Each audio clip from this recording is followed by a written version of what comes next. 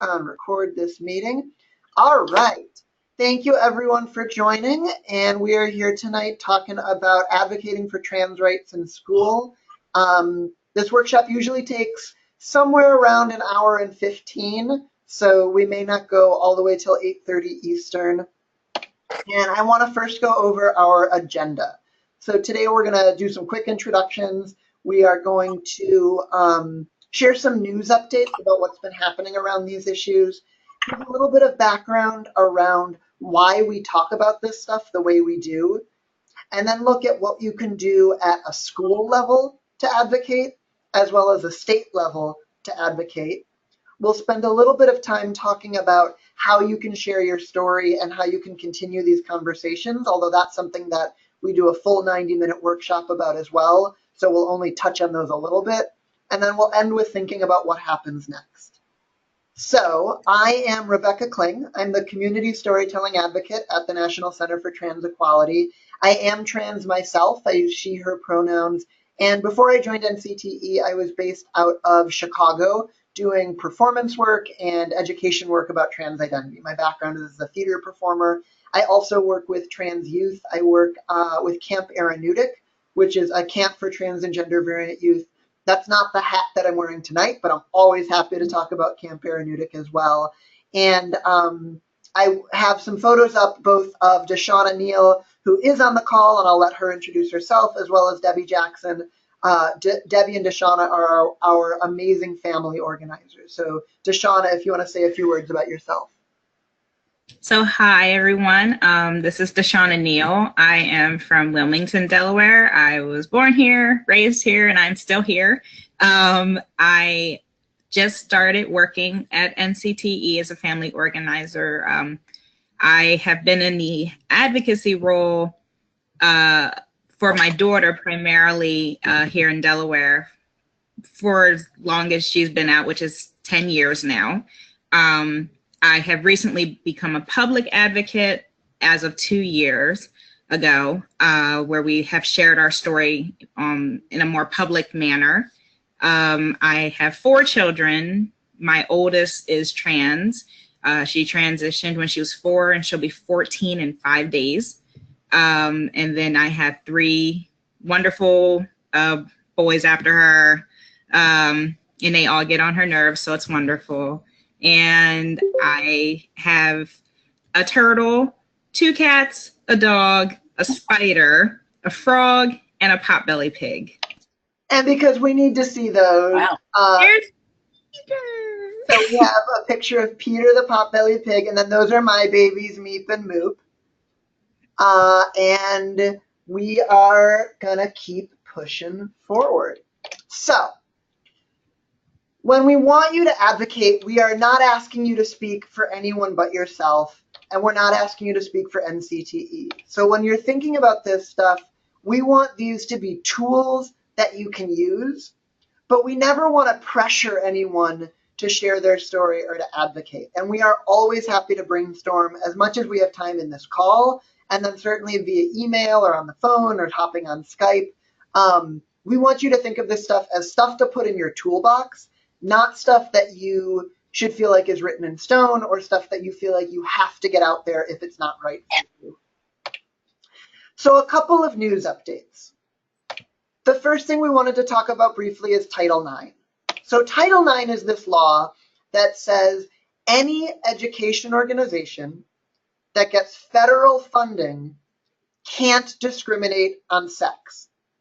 And because organizations, even private schools, even a lot of religious schools or a lot of charter schools do receive some amount of federal funding, that pretty much means every K through 12 and every college.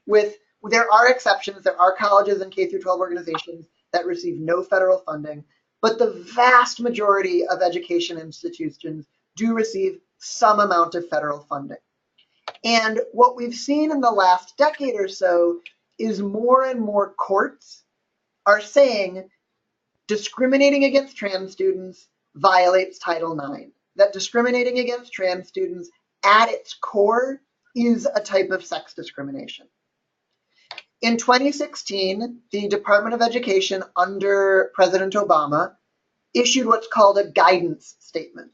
And they said the Department of Education's official position is that Title IX does cover transgender students. This didn't change the law itself. The language of the law still says sex discrimination is illegal. It actually says it a little differently, but that's the basis. So then in 2017, under President Trump, the Department of Education went back and said, we're undoing that guidance. Again, the law did not change. The law still says that sex discrimination is against the law for organizations that get federal funding for education. And courts generally still agree with this, even since President Trump took office, even since the Title IX guidance was rescinded by the Betsy DeVos Department of Education. In general, courts are still saying sex discrimination includes anti-trans discrimination. And we're going to keep fighting this. We're going to keep fighting it in school districts, and we're going to keep fighting it in courts. And even though the Department of Education has said, we aren't sure that Title IX includes transgender people, you still, as a parent or as a family member, can file with the Department of Education's Office of Civil Rights and say, this school has discriminated against my transgender child. We believe that is a Title IX violation. Now, we can't promise that the Department of Education is going to do anything with that, but if you have the patience and energy, we do still think it's worthwhile, because at the very least, it builds in their backlog the number of people who are saying, hey, we need your help, Department of Education. But we want to be honest and transparent that that may not get anywhere, and so it may be frustrating to go through the process of filing to not do anything. Now, I do want to say I'm not a lawyer, so a lot of this is coming from our awesome policy team. If people have specific questions about Title IX, I may have to circle back with our policy team. Some other updates. You may have heard about Gavin Grimm. Gavin Grimm is a trans young man from Virginia, and he was told by his school that he was going to be barred from men's room spaces, and he sued with the help of the ACLU, and that ultimately went up to the Supreme Court, except when the Department of Education said, we don't think Title IX necessarily covers trans students, the Supreme Court said, well, then we're not going to hear this. We're going to send this back down to the circuit court, which sent it back down to the district court. So now we're sort of waiting to see how Gavin Grimm's case is going to play out. There are some other cases that have similar stuff. In Wisconsin, ASH, along with the Transgender Law Center, sued. And there, again, they said that under Title IX, anti-trans discrimination is sex discrimination. They also argued that under the 14th Amendment, the Equal Protection Clause covers transgender people. And the court agreed. The Seventh Circuit, which covers Illinois, Indiana, and Wisconsin, said, yes, discriminating against transgender students is illegal because it violates Title IX and the 14th. I actually don't know specifically the ruling. I'm not a lawyer. I don't want to give wrong information. This may go up to the Supreme Court as well, because the district is appealing, and it's one of those things that, again, it's not totally clear across the country, because some courts are ruling one way. Again, most courts are agreeing that transgender students are protected. Another one you may have heard about is Ivanko in Pine Richland School District. Now, this was, again, an anti-transgender policy that talked about sex as being biological. And a couple of students, along with Lambda Legal, sued. Again, they sued saying that it violated Title IX and the 14th Amendment Equal Protection Clause. The district court initially ruled in Juliet and Alyssa's favor, although it's now going to a full trial. They issued a preliminary injunction to stop the policy from going into place, and now they're going to a full trial. This doesn't provide legal support elsewhere. It only is about that school district. But again, it's good to have these type of cases because it shows that courts are agreeing. Another one you may have heard, there's one in Pennsylvania. And this one is a little different because this is, again, the Alliance Defending Freedom, which is, we would not agree that they are defending freedom. They're saying, well, no, you're violating the rights of other students. And there are a couple of other cases like that anti-trans organizations are saying that respecting trans kids violates the rights of other students. In general, courts are not agreeing with this. In general, courts are still saying, no, supporting trans students is what Title IX requires, and supporting trans students does not violate anyone else's rights. But this is something that's still up in the air, and a lot of school districts, even in places where they should know better, may claim ignorance. And they may say, well, we didn't know, or we thought because the guidance was rescinded, we don't have to support trans students anymore, or we thought that we were covered under this. So the fact that a district says they don't have to support trans students doesn't actually mean they don't have to support trans students. You may have also heard that the Department of Education is rethinking how they are going to handle sexual assault claims under Title IX. And this is one of those things that doesn't explicitly talk about trans people, but unfortunately trans students do also experience sexual harassment and assault. And is somewhere else that even in K through 12 institutions, we aren't yet sure how this is going to play out. And we saw, unfortunately, today that the Department of Education rescinded a bunch of guidelines around students with disabilities and supporting those students. And that, again, there are trans students who have disabilities, and we want to make sure they're supported too. So a lot of this is still up in the air. We are continuing to fight it, and it is still the position of every civil rights organization that supports trans people that Title IX does include protections for trans people. I know I threw a lot at you, and I also know that I am not a lawyer, so I may not be able to answer all of your questions. Are there any questions that either I can try to answer or that I can write down to circle back with later?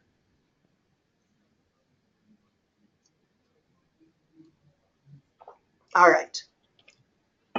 I would say you don't need to memorize any of that. The important thing to remember is we are still arguing and courts are still agreeing Title IX protects transgender students. That's the simple version. So I want to shift a little bit, and I want to talk a little bit about when we're thinking about advocating, how we want to do that, and some of the stuff that goes into why we talk about advocating the way that we do. And the first thing I want to cover is thinking about who is our audience. And what I mean by that is you'll sometimes hear organizations like NCTE talk about the movable middle. And what I mean by that is on the one end, we have our really strong allies. Hopefully that's everyone on the call tonight. I'm really lucky that I can say I can count my parents as allies. There is no email you could send them. There is no hanger you could put on their door. There is no ad you could run on the radio that's going to convince them to stop supporting trans people. On the other end, you have our opponents. And these are people who we definitely want to win over. But we're probably not going to win them over tomorrow. We're probably not going to win them over this legislative session. Maybe not in the next 4 years, maybe not even in the next 8 years. And so when we're thinking about how we get the most bang for our buck, how we get the most return on our time, we can sometimes think about, okay, we want to target that movable middle, people who haven't totally made up their mind yet because they don't know a lot about this issue. And Deshauna, I know you've had some experience about that. Are you comfortable sharing a little? Absolutely. I've had many experiences with this, but a recent one came when my daughter and I were invited to meet our city council president. And we sat down with her, and she legitimately had no idea what transgender, the definition, even was. She had no idea. And she's sitting there looking at my daughter, and she's like, well, so she's just a person. I was like, well, yes. And it was explaining to her exactly what trans meant. And, there was the confusion of, oh, maybe it's like being gay. And then I had to explain, no, that's sexual identity. This is gender identity. And I was able to help not only explain it to her, but then by the end, she pretty much was like, oh my goodness, I never knew this. I want to research more and I'm going to. And I want to thank you because now I want to make sure I can help the trans community in our city. And just that alone shifted the conversation, which was just educating her on what trans meant. And when we talk about the movable middle, a lot of the people who we hear from in media, in the news, they're on one end or the other. But a lot of people who actually are parents of children in school, or who are on the PTA, or who are on the school board, they aren't experts in this stuff, and they aren't firmly on one side or the other. And so we can reach them. We can really educate them. And what we've seen when we reach out to this community, when we do research, when we do surveys, is this is a population that wants to support different people. They like the idea of supporting people. They don't like the idea of discrimination. They like the idea of protecting people who are different. They want to be good people. They want to do the right thing. But when we dig a little deeper, we can see why this group, this movable middle, might be really open to some of the language that our opponents use, because they haven't thought much about LGBT people. Maybe they don't have anyone close to them who's LGBT. Maybe they aren't exposed to some of the media and TV and movies that has LGBT people. Maybe none of their kids' friends are out. And so they just haven't thought much about this. And this is a population that can also have what we call contradictory expectations. And what I mean by that is the movable middle might be the type of person who says, well, of course you shouldn't bully a student for being gay, but maybe if he didn't act so gay, it wouldn't be a problem. And so they sort of, on the one hand, say, well, yeah, bullying is bad, but maybe it's a little bit their fault too. They sometimes will project the problem onto LGBT people. They also have a tough time identifying with LGBT people, again, because they just don't know a lot about LGBT people. So they aren't able to see, well, what if my kid? What if my sister? What if my parent? What if my friend? And then the movable middle also sometimes will say, it's not a big deal. Of course, bullying is wrong, but we don't need a new law. Of course, discrimination is wrong. We don't need a new policy at school. And so there's a lot of room here for us to help them understand. And unfortunately, there's also a lot of room for people who are against trans rights to swoop in and play up some of these fears. And in particular, when we talk about transgender people, this population has a very binary idea of men over here, women over there, and the idea of transitioning, let alone of non-binary or agender or gender fluid, is very confusing to them because, again, they just haven't thought about it. And this population has a really stereotypical idea of what it means to be trans. And if you look at some of the statistics, the majority of Americans say they have never met a transgender person. Now, we all know that doesn't necessarily mean that they've never met a transgender person. It means they don't know that they've met a transgender person. But depending on what surveys you look at, more Americans say they have seen a ghost than have met a trans person. And I know statistics, you aren't supposed to compare surveys that way, but it's a funny joke and I'll say it anyway. And so when we share our stories as transgender people, as parents, as allies, it moves this movable middle from the idea of abstract trans people. You know, maybe they saw an interview with Caitlyn Jenner, maybe they've watched something with Laverne Cox, and it moves from this idea of an abstract trans person to really concrete. Oh, Rebecca is transgender, and I've learned a little bit about her story. Oh, Deshauna is the parent of a transgender child, and I've learned a little bit about her story. And that's why sharing our stories and advocating can be so powerful. And because some of this stuff is hard and some of this stuff is draining, I try to put some cute animal pictures in these slideshows. So there's a cat that needs some belly rubs. So let's talk a little bit about how you can advocate at the school level. So this might be at an individual school, this might be in a district, but it's thinking relatively about your community.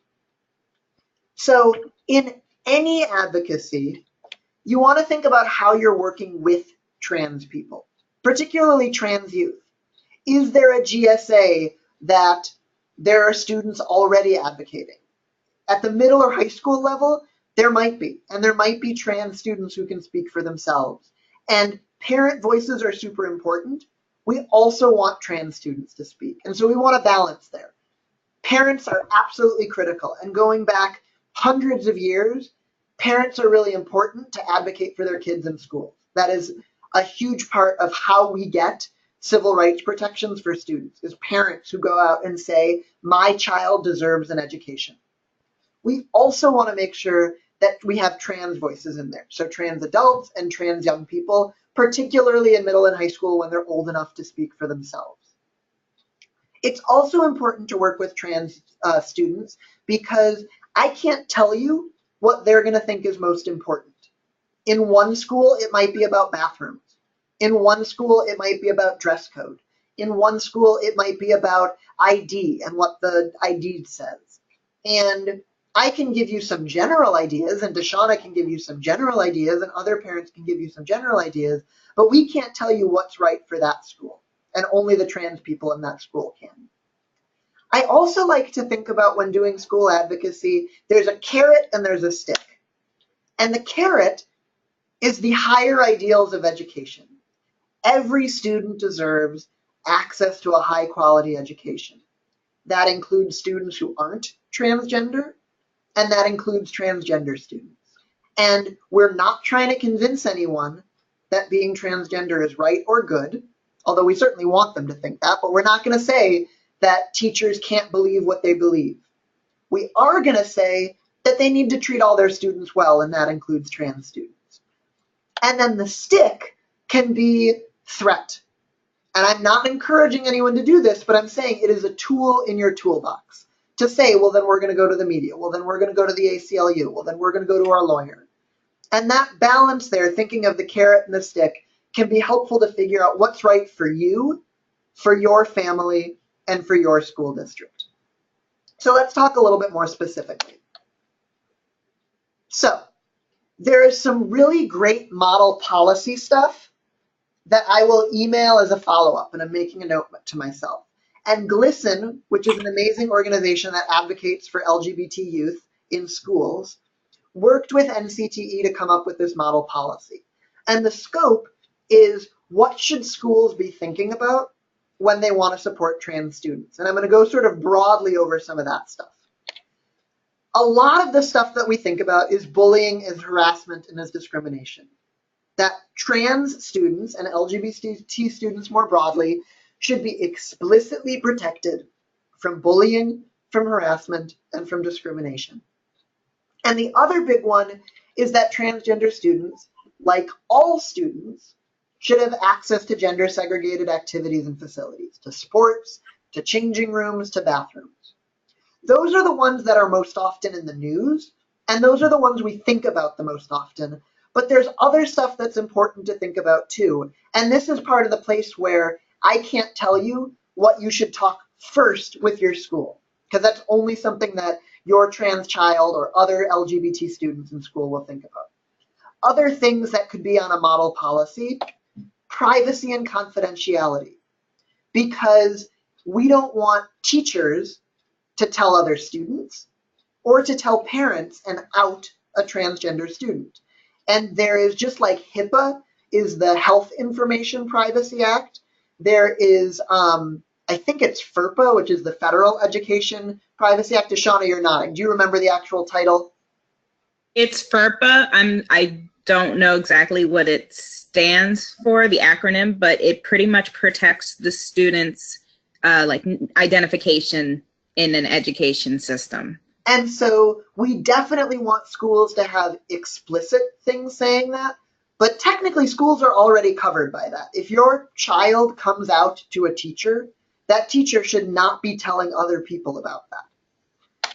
A model policy would also talk about media and communication, of how do we talk about our school environment, how do we talk about identity, how do we talk to the media about these issues. It should talk about names and pronouns in school records.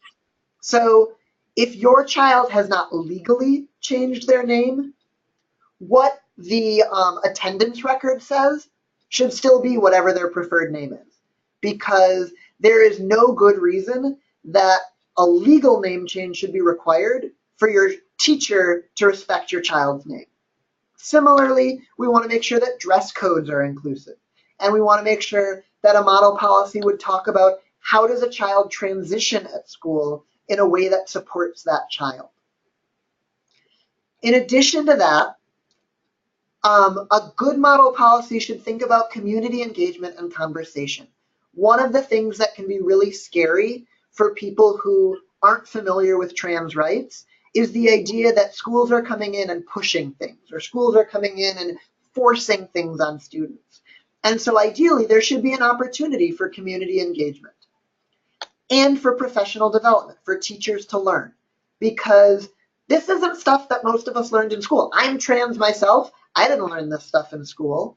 And so we don't want to pretend that we don't want to pretend that there's a good policy and teachers are just going to magically know how to follow it.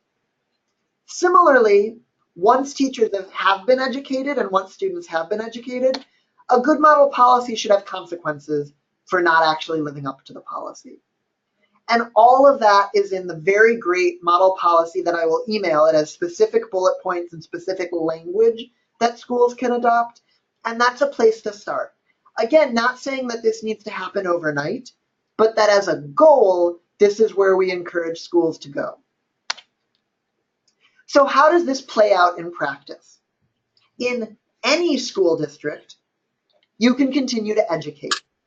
You can think about who are your allies? Who are we going to have meetings with? Are we going to have a special day at the PTA where we learn about language and identity? Are we going to have an after-school program as part of the GSA where we talk and have a guest speaker come in? And thinking about how do you meet with people, teach them, and repeat. That in the most supportive district, there are still more people who can learn. And in the least supportive district, there are still going to be allies that you can find to have your back. And that schools and districts might be able to do better on their own, even if there aren't supportive state level policies.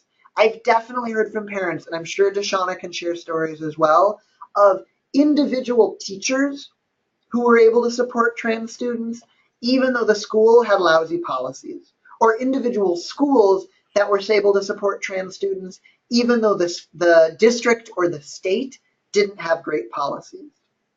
And then the last thing that anyone can do is continue to connect with NCTE, and Deshauna is going to talk a little bit about our Families for Trans Equality Network in a bit, and continue to connect with each other. That regardless of where you are, there are resources that you can look at. Deshauna, anything you want to add right now? In cases of, if you know that a policy, a regulation starting to come up in your school, we're having one in Delaware, go onto your school, your education school district website. So whatever district you're in, they have a site where you can go and actually see drafts of whatever new regulations they're going to put in and read those regulations. Because if there's something in there that just does not sit well with you, you can actually either contact the committee that is in charge of drafting those policies, or if there's going to be public meetings, find the dates and then you can head there. If you are not able-bodied for some reason, you cannot leave your home, but you still want to have a voice in what comes and happens in your district, a lot of times they will allow for comments to be written and sent in. So then that way you can even get as many voices together to send in comments to help change whatever is on a policy that may not be beneficial for trans students at all. Absolutely. So then let's look a little bit more specifically. So in a district that's supportive, in a district that has good policy or that's moving in a good direction, first things first, you can thank people. That's something that unfortunately we sometimes forget, because a lot of our politicians, a lot of our elected officials, a lot of educators aren't doing the best that they should. And so there's a lot to complain about. And that's important too. We're going to talk about that. But if there are people who are doing a good job, take some time to thank them, because it really does make a difference and it can really help encourage them to keep doing a good job. You can also continue to speak. You can speak at city council meetings, at school board meetings. You can write letters to the editor, which we're going to talk about. You can engage on social media. That there are ways for you to share your voice and to talk about how great it is that you are in a supportive school or a supportive district, and how important it is that it stays supportive. And then you can push for public statements. You can call on your school to issue a statement in support of trans students. You can call on your city council to issue a statement in support of trans young people. You can call on your elected officials, whatever that is, to say, hey, thank you for doing the right thing in our district. Let's make sure everyone knows that we stand by this. Something else you can think about is pushing for opportunities outside of schools. So are you engaging with the YMCA or the YWCA? Is your child in Scouts? Is there an after-school program or a theater that your child goes to for after-school programming, or a summer camp? Are there other places that you feel like you have the energy, that you have the investment, and that you have the excitement to keep working with? Something that's missing from this that I'm going to write down, because I need to go back, there's always room for improvement, is something else you can think about is, okay, our policy is great. Now what does the school curriculum look like? Because what we can also think about is, are we talking about LGBT people in history class?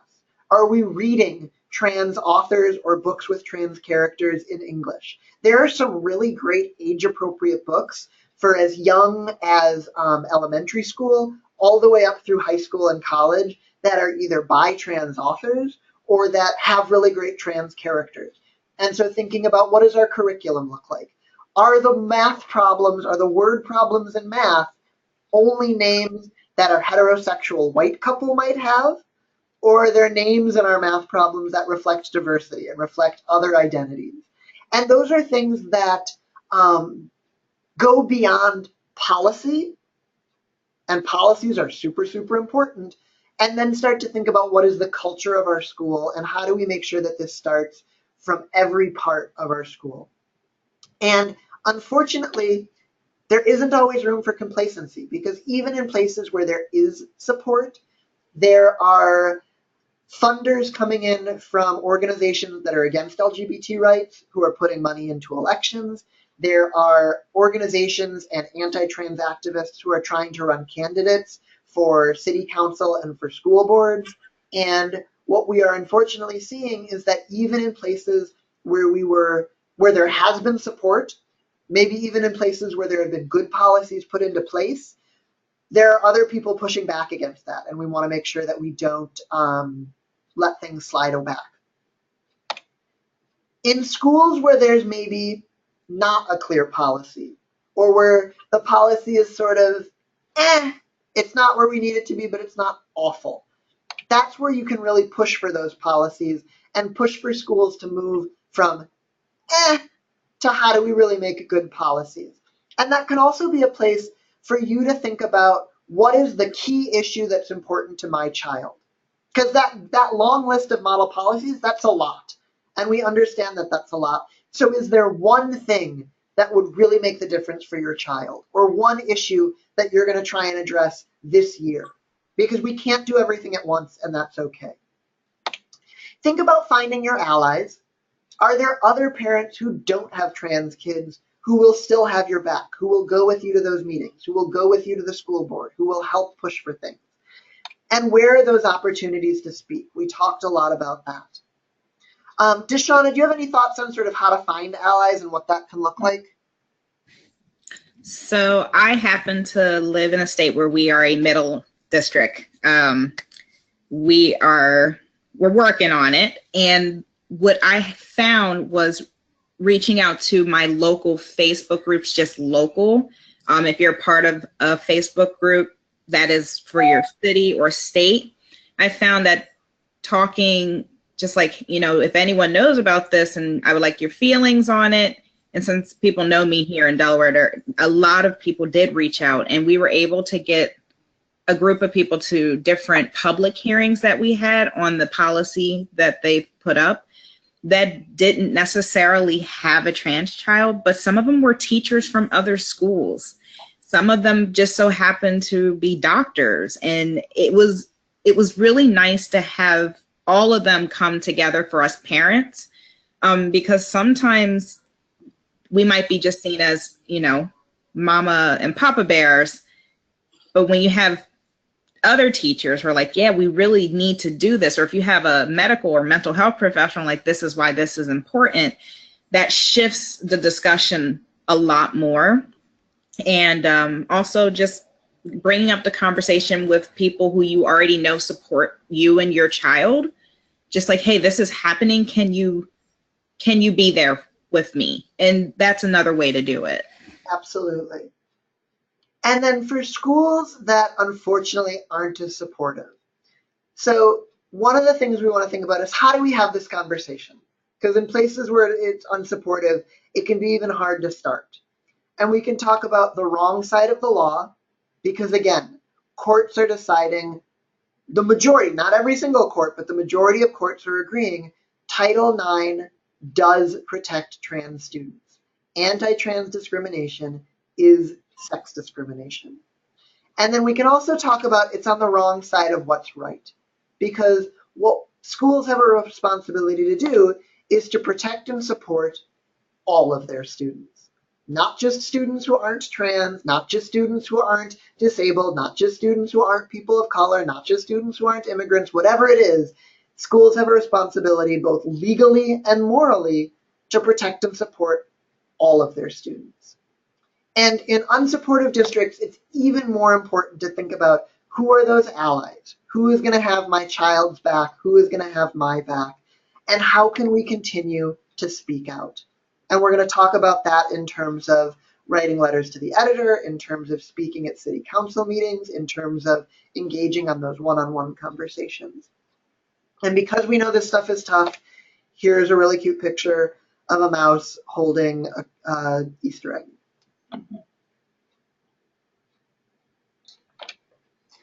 Some other notes on school advocacy. Again, we're going to email this stuff to you, so please don't feel like you need to memorize it. Over 40% of K-12 students in public schools are already covered by policies that support trans students, either at the state or local level. Over 40% of K-12 students in public schools are already covered by supportive policies. And there is not this rash of problems. In addition, this approach to supporting trans students is supported by tons of professional organizations. I'm going to read a bunch. I'll send you the list, so don't feel like you need to memorize it, including the American Association of Secondary Principals, the National Association of Elementary School Principals, the National Academy of Pediatrics, the National Association of School Psychologists, the American School Counselors Association, the National Parent-Teacher Association, the National Education Association, and the American Federation of Teachers. Overwhelmingly, professional organizations agree supporting trans students is the right thing to do. In addition, more and more research is showing that when trans students are supported, they do really well. That the problem is not that trans students do poorly in school. The problem is unsupported trans students do poorly in school, which not that surprising. And then the flip side of that is trans youth face greater mental health challenges because of the hostile environments. It's not that being trans destines your child to mental health problems. It's that being in an unsupportive and hostile environment makes life harder.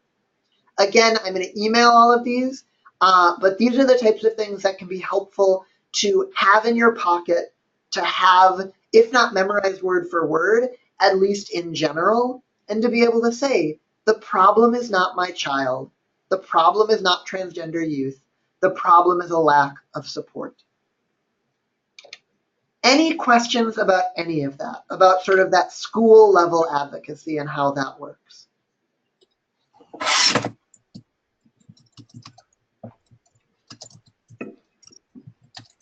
And someone's chiming in, not a question. Someone's writing in text, so I'm going to read it for folks on the phone.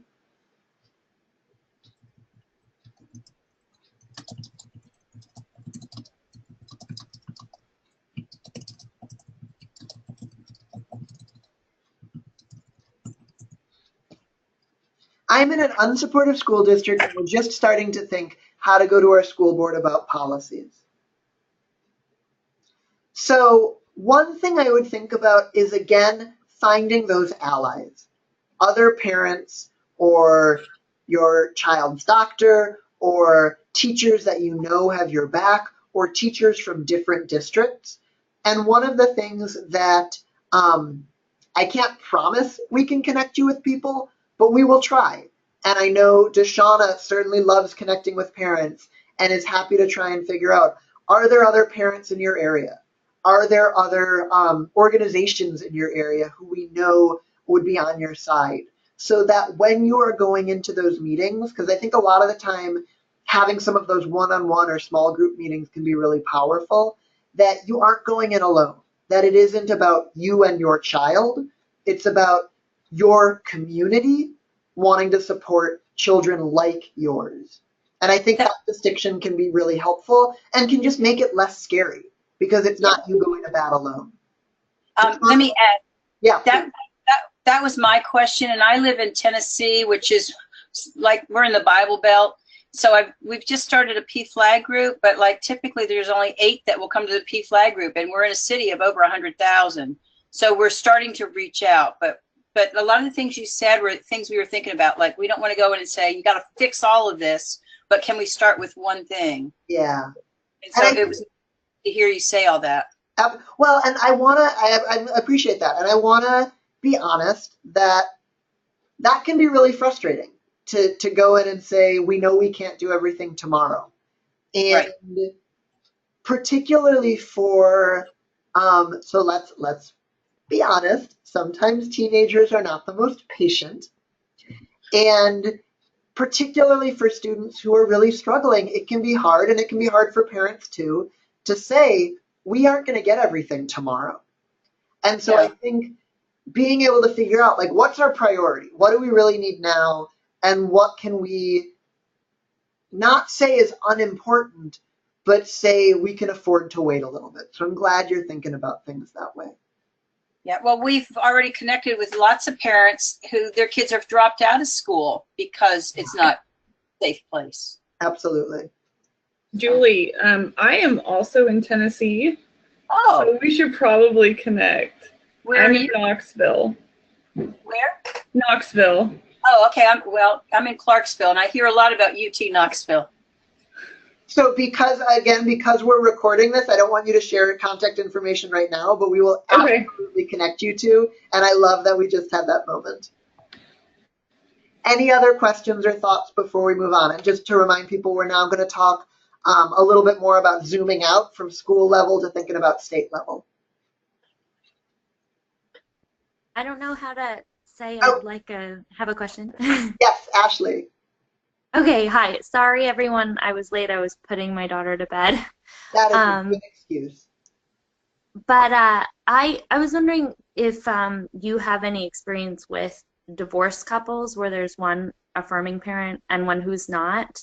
I'm finding that I'm in Massachusetts, which has awesome guidelines, but the school won't use the guidelines because there's not a consistent message coming from parents.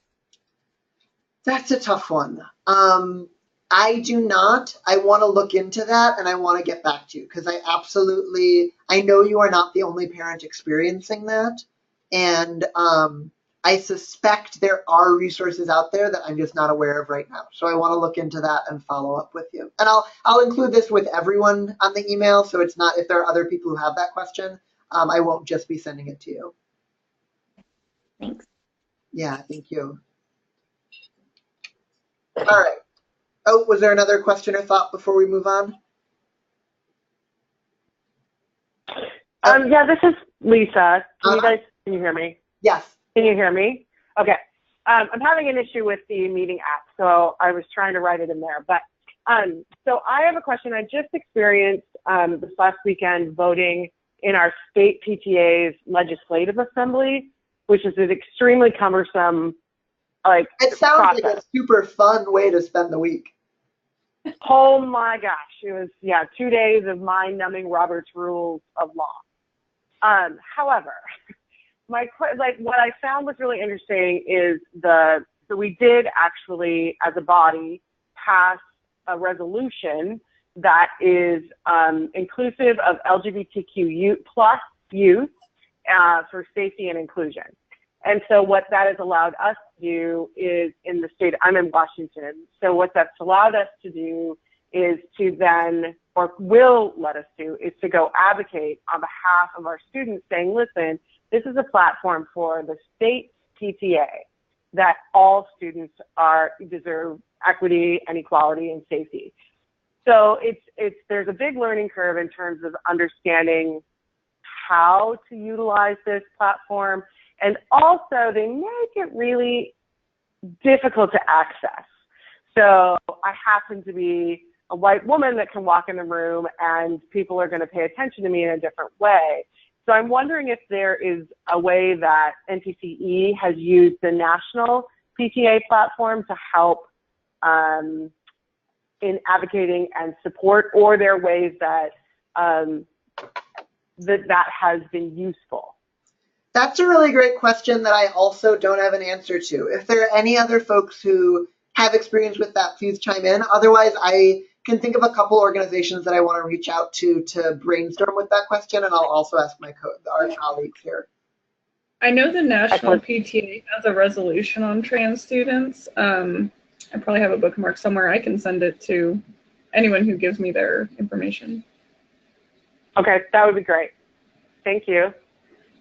Absolutely. And if you are able to share that with me, I'm also happy to include that in the follow-up email. Yeah, I'll look for it and send it to you tonight. Awesome. So when we're talking about state-level advocacy, 14 states have explicit trans-supportive education guidance at the state level. And a bunch of additional states have other non-discrimination laws or policies that may protect trans students, as well as a bunch of states that unfortunately don't have policies one way or the other. And then there are a couple of states that have explicitly anti-trans laws or policies.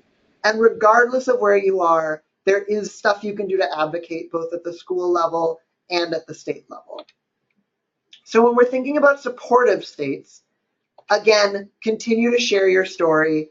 And that's one of the places where if you are in a supportive state wanting to help out in other states, that's a really great way to write to those papers to say, hey, I'm in Illinois or Massachusetts or New York or California or a place where there is support and it's working out.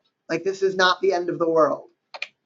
That's another place where you can call for public statements. And we talked about both we just were talking a little bit about the PTAs, and I'm going to try and do a little more research onto that. We talked about calling for public statements from school districts or from principals or from education associations, and then hold them to their policies. If they're not following through with their policies, call them on it and push them. And if you need to go to the media, if you need to go to other organizations, and network. And that's something we're going to talk about more. And that's stuff that I'm loving is already happening tonight. For states that are somewhere in the middle, so maybe don't have a policy at all or have a policy that's sort of wishy-washy, that, again, you can push your elected officials at the state level, and you can push cities and schools to do changes that the state isn't willing to or isn't able to. So you can push your school district even if the state, you can push your city even if the state. And then again, that networking is super important. You're noticing a pattern, I hope. In those unsupportive states, again, pushing your elected officials. If there is not explicit stuff at the state level, you may still be able to get some stuff done at the city or district level. And again, network and engage. And sharing your stories with media or online or through writing letters to the editor, that can be really powerful too. You do always have the option of filing lawsuits. And I want to be really transparent that is something that you can keep on the table. It is not a decision to make lightly and is not a guarantee. That unfortunately, even in places where we or ACLU or Lambda or any of the organizations would tell you, yes, the school is violating the law, that doesn't mean that it's going to be an easy fight, and it doesn't mean that it's going to be a quick fight. And Gavin Grimm, unfortunately, has graduated high school and still hasn't gotten a resolution because the courts have jerked him around. And so going to court is absolutely something that might be a good choice for you or your family, but it definitely isn't something that we would encourage anyone to take lightly. Before we move on, Deshauna, do you have any experiences or thoughts about sort of the state level advocacy in Delaware? So I have gone to Legislative Hall, which is in our capital, several times to testify when they have open comments. Again, you can easily go to your state's site and you can see what's being proposed and what's coming into session, when open comments are going to be allowed. And when it's open comments, that's when you get to go up before the Senate or the House of your state and you can testify. And they actually take your written comments as well to put into their system. And again, you should be able to do it on the site if you're not able to get there. And just doing that gives them a face, because if they have to be face to face with someone who's telling them, please protect my child in her community or his community or their community, they can't really turn away because you're looking right at them. And, you know, that's where the impact really comes, is sharing that story and being a person in front of them that they have to communicate with. So, you know, it's all about definitely seeing what's going on, keeping up to date on your state sites, what laws or bills might be proposed, and see if you can get there and make comments. Absolutely. And that's a really beautiful segue. So we're going to shift a little bit to think about, if you are interested in speaking to media or testifying at a legislature or talking in front of your PTA or your city council. It doesn't need to be big and scary. Thinking a little bit about how you want to tell your story. And I feel really lucky. My job is community storytelling advocate, which I feel like is a pretty cool title. I get to work with people to help them tell their stories. So that is something that Deshauna is part of her role as family organizer is doing that, and a big part of my job is doing that. So if that's something you're interested in, we do want to have your back with that. So when you're thinking about telling your story, the first thing I would encourage you to think about is, whose story are you telling? Are you telling your story as a transgender person, your story as a parent, your child's story, your community's story? And if you're telling a story about your family, how is that going to impact other people in your family? And it doesn't mean that you shouldn't tell a story because other people in the family are going to be impacted, but it's something to think through and to talk about with other families. Hey, your sibling, your older sister, your younger brother, whatever, what's it going to be like for you if we talk about this? If students hear about it, if other teachers hear about it, what does that mean? And Deshauna, I know this is something you've thought about a lot. So having my daughter as the oldest, the big sister, and being public advocates, we've been filmed, we've been in the paper, and so when we go out and people recognize her, they also recognize them. And the youngest is 3, so he doesn't really get a say if he's being recognized.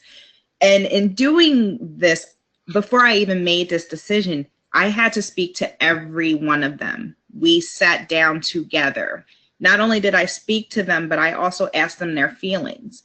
And if they don't want to be a part of anything that comes up, I make sure that they are not. However, I think because we do have that open communication and they are aware of the impact it's going to have, they feel a little bit more in control of the situation and don't mind. Now, the 3-year-old, usually we do not show his face in any pictures just because he's 3. But when it comes to siblings, their lives are impacted. You know, my oldest son, his friends know, and luckily he doesn't care. But again, it could be something that might make another sibling not want to have that, in a weird way, target on them. Like, oh, you know, I just want to go play Minecraft, you know, and now I can't. So, you know, it's all about communication. And you can always say no. You know, you can always say no at any opportunity, and that's okay too.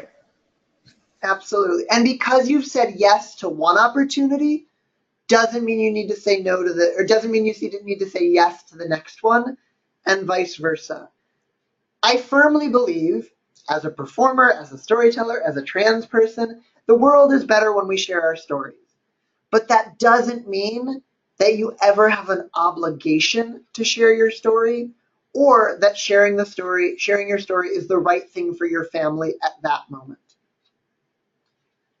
Some things to think about when you are sharing your story, or if you're still figuring out if you want to share your story. Why are you the one to share your story? Is it because a number of trans voices have spoken, but we haven't heard from any parents? Is it because a number of opponents have spoken and we haven't heard from anyone in favor of trans rights? Is it because something else about your story or your identity? That if there are a ton of other parents speaking at that meeting, maybe that's a good chance to step back and let a trans person speak. If there are a ton of trans people speaking, maybe it's really important to also have a parent voice. And this is one of those moments I want to be really transparent. I do not speak on behalf of all trans people. There wasn't an election. They didn't elect me queen of the trans. There are trans people out there who don't love hearing parent voices because they feel like only trans people should be speaking. I can understand that. I just disagree. I feel very strongly we do need parent voices, but I want parents who have at least thought through, what does it mean for me to speak as an ally, and how is that different from when a trans person speaks for themselves? So I absolutely think parent voices are necessary, but I want you to think through, why is that your voice? And then similarly, what do you want from your audience? And this is the big thing that separates sharing a story for advocacy from sharing a story for emotional support or community building or catharsis or whatever. We share stories around the dinner table. We share stories with our religious communities. We share stories on Facebook and social media. That isn't better or worse. It's not a ranking. It's different. And so when you're sharing your story to testify, or sharing your story with a newspaper, or sharing your story to write a piece for a blog or an op-ed or your Facebook wall, why are you the one sharing that story, and what do you want from your audience? And there are some things that can help with that. Some notes on language: word choice matters. For whatever reason, restrooms aren't as scary as bathrooms. No one knows what a public accommodation is, so unless you're speaking from a legal standpoint, public spaces is usually easier. Respect. A lot of people who are against trans rights get really scared about the idea of rights. They talk about special rights, or we want our kids to have special privileges. And so we can say, no, we want everyone to be treated with dignity and respect. And then it can also be helpful, particularly if you're testifying in front of people you know disagree with you, to say people who don't understand rather than opponents or enemies. I'm bad at that one. I usually say opponents, and it's something that I need to work on. But particularly if you know there are other people there who do disagree with you, we don't want to demonize them. Sometimes we want to demonize them, but in general, we don't. So the framework that I'm going to encourage you to think about, and again, I do a much longer workshop on this, so this is sort of the quick and dirty. Introduce yourself, share your story, talk about the impact of discrimination, what it means to you and your family, and then link back. What do you want from your audience, and why are you the one to ask for it? So I'm going to go through those kind of quickly. Introduce yourself is an opportunity to think about your audience, find common ground. We're all parents here, As lifelong Tennesseans, that can't be right. How do you say someone from Tennessee?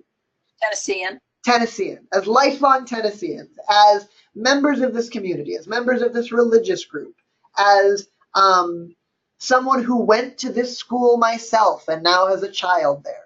Connect with your audience and explain why you're the one to talk about trans rights. As a trans person, as the parent of a trans person, as a teacher who works with trans young people, as a community member who cares about trans rights. And then the last thing, and one that I think can trip people up, you want to define your terms.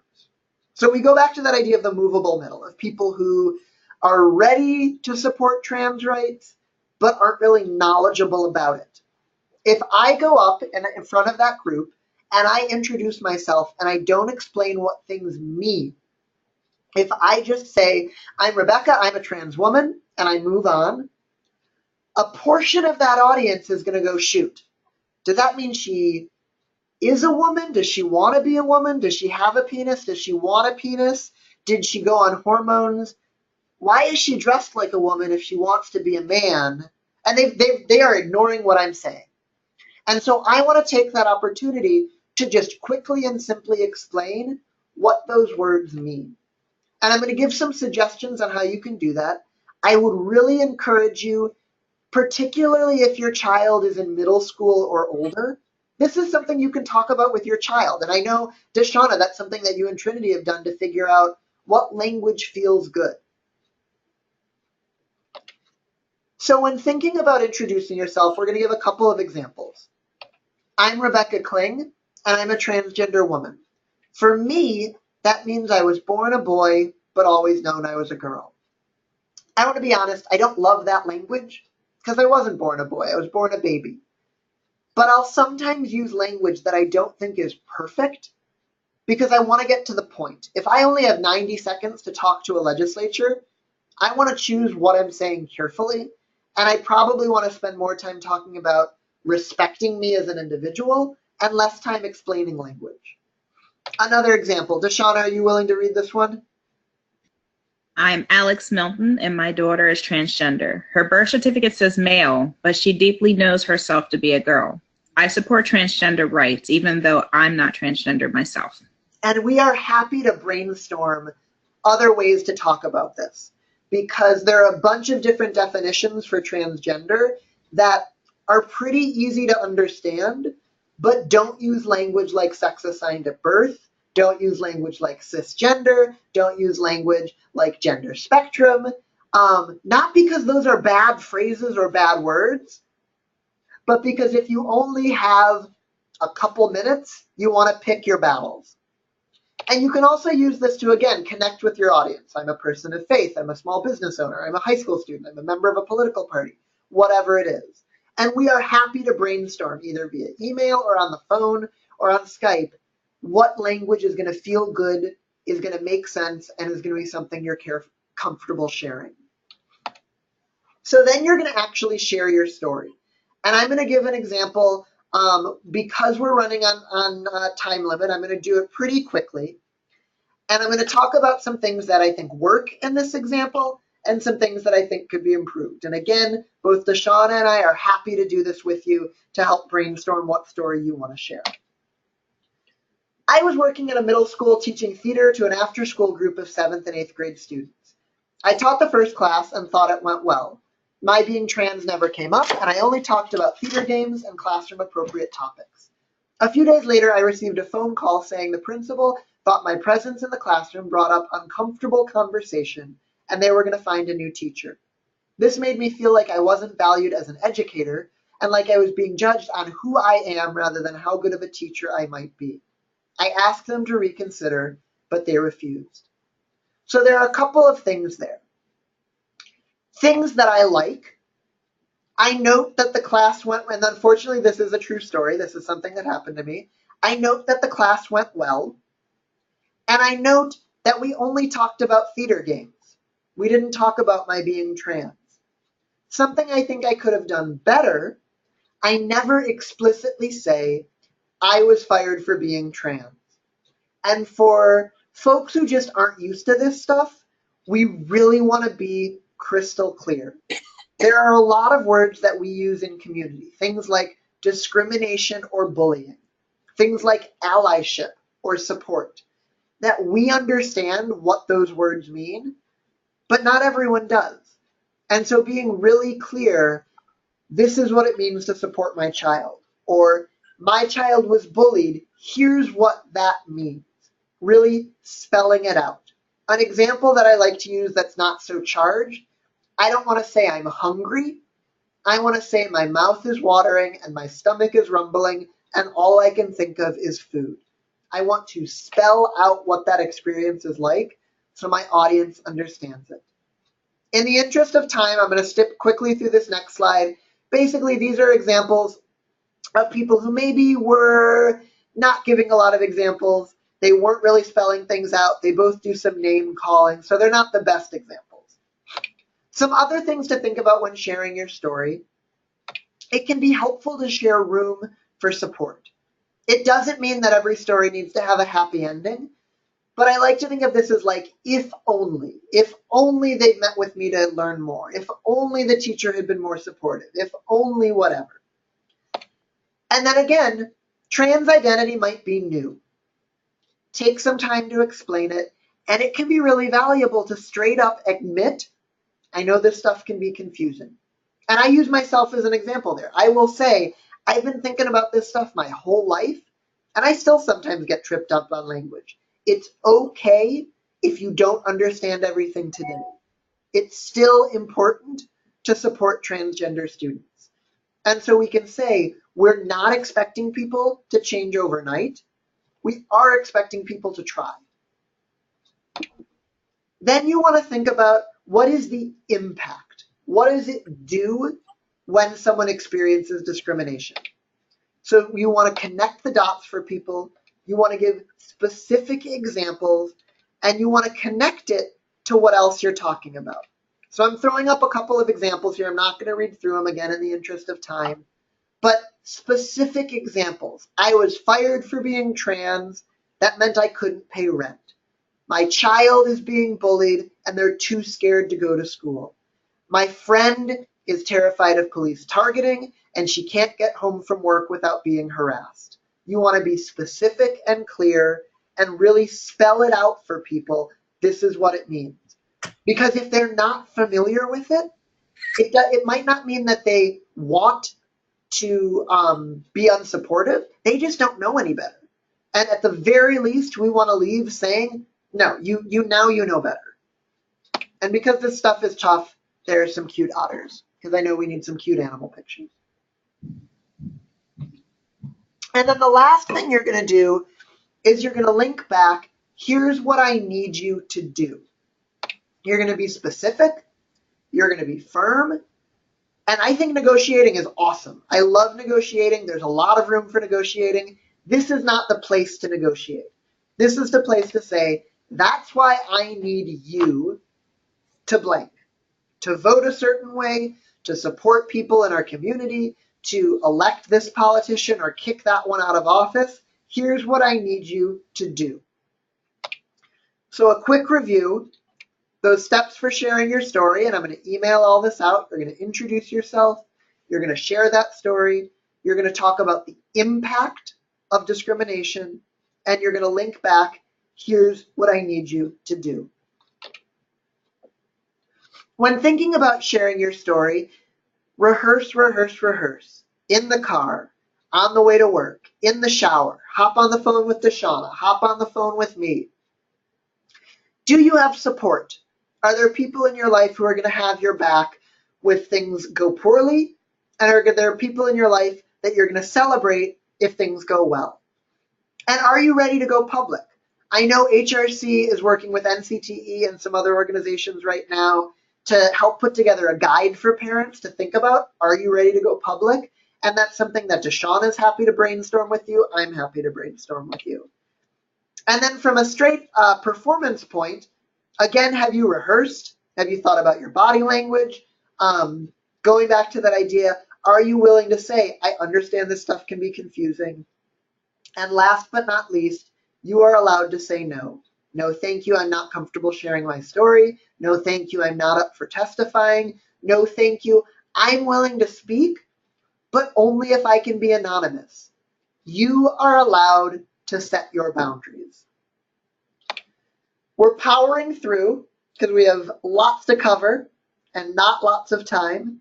So some other things that I want to touch on are things specifically related to one-on-one or small group conversations. This might be an interview with a reporter, or it might be talking with a friend, or talking with a coworker, or talking with another parent, or talking with a teacher. And some general things to think about. Again, know your audience. What other things have they heard? Are they also parents in that school? That might be different than if they're elected officials who represent a bunch of people. Even if our opponents are not, it really helps to stay polite. It's unfair and it's still true. Take your time. You can think about your questions. You can say, I'm going to get back to you. That's a really great question. I don't have an answer right now and I want to follow up.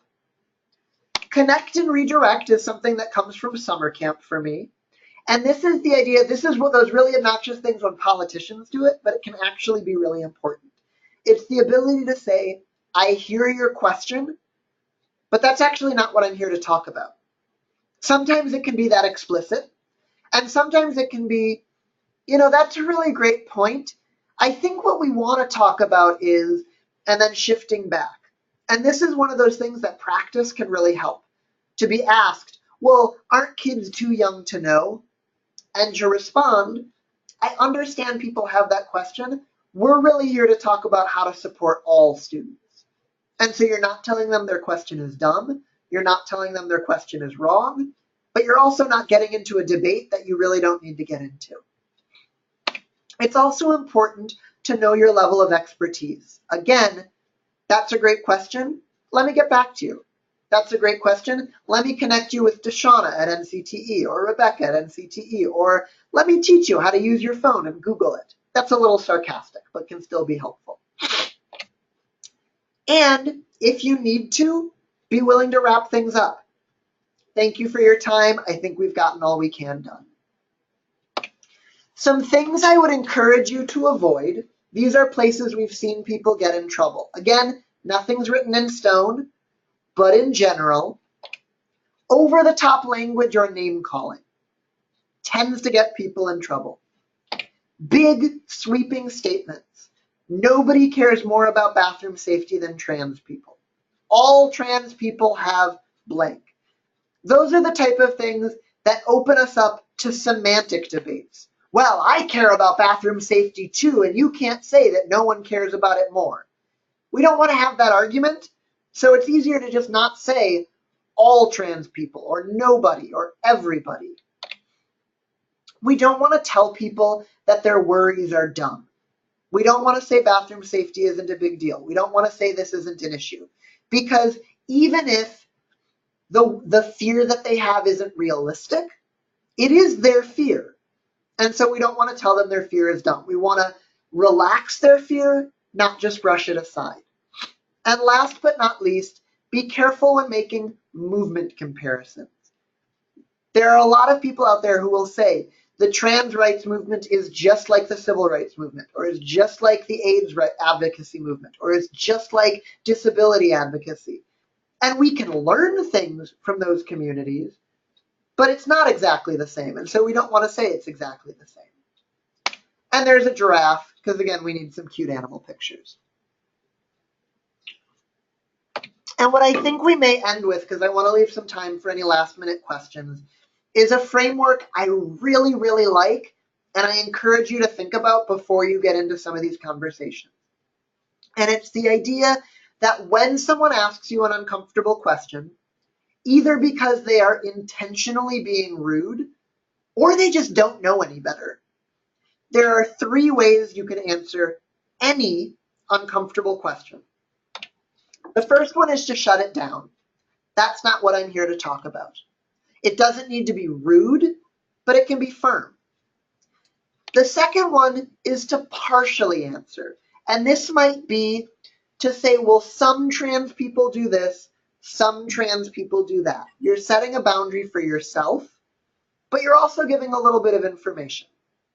And then the third one is to totally answer. And I'm going to give some examples of what this can look like. And I encourage you to think about what is your comfort level and what is your level of expertise. Is your child on hormones?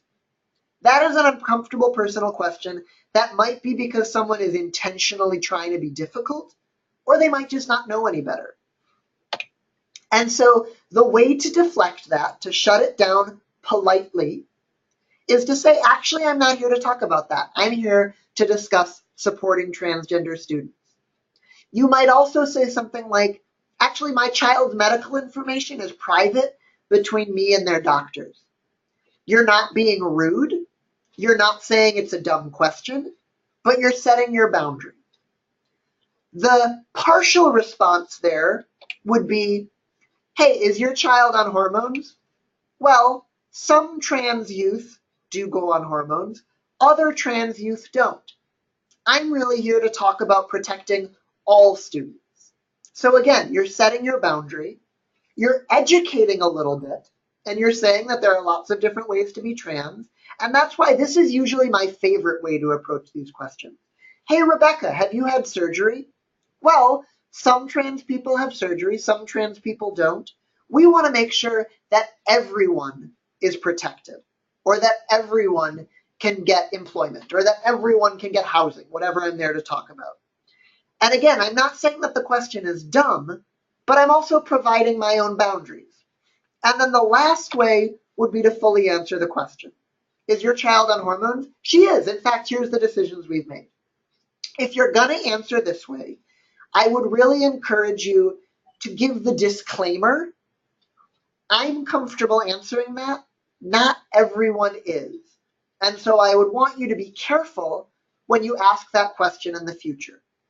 So even if you're comfortable answering, you're still educating a little bit to give other people some information. So again, I would encourage you, before you speak out about these things publicly, to think about, what are my limits? What information am I comfortable sharing? And where do I want to set some boundaries? And then get on the phone with me, or get on the phone with Deshauna, or practice with your friend, or practice with your neighbor, asking those questions. And how do you politely and respectfully, but firmly, set your own boundaries? The last thing I'll say, because I know this is a particularly big one that comes up, and I want people to have this language. Aren't kids too young to know they're trans? This is a big one that comes up. There are a couple of ways you can answer that, and only you know the right way for you to answer it. First one is sort of talking about, what do authority figures say? Both medical and education professionals overwhelmingly agree that kids can and do know their gender as young as 3 or 4. You might also say something like, it's important to know that my child isn't transitioning on a whim, it isn't a phase, and it isn't a choice. I take my child's journey very seriously, and I'm working with my child along doctors, therapists, and teachers. And I would encourage you, if there's language in there you like, use it. If there's language in there that doesn't work for you, throw it out. Again, this is not written in stone. Deshauna, do you have a response to that question that you like? I tend to go off on the other side of, well, how old's your child? And if they give me an age under 10, I'm like, oh, maybe that child might be too young to make that decision. So don't do what I do. Do what Rebecca's saying. So I want to be real clear. There isn't one right answer here. As long as you're saying it's important to support trans kids, and that we don't want to back anyone in a corner, because we want families to be making decisions that are right for them. We have a couple of minutes left. I want to be respectful of people's time.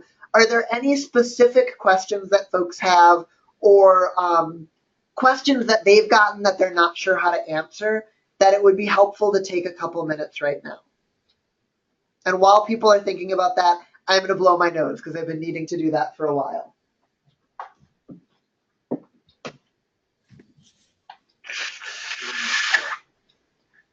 I have a question. Yeah, please. I'm often asked the question about if they're too young, but then also about, well, what if they decide that they don't want to stay with this gender identity? Isn't it going to be dangerous to let them transition now? So I think there are a couple of things there. The first one is that fear is overblown. It's not a stupid fear, because again, I don't think fears are stupid. But the studies that people like to quote to say kids who transition regret it later, they just aren't good science. And so when we talk about, is that something parents should be worried about? It is an understandable worry. It is not a likely problem. But it's not an impossible thing. And so it's an important question. What happens if your child regrets it or if your child changes their mind? If your child is young enough that puberty blockers or hormones are not in the picture, then okay, well then our child changes their mind and we get some different clothing, or we take that clothing out of the attic and we talk to teachers again, and we allowed our child to explore something that was really important to them.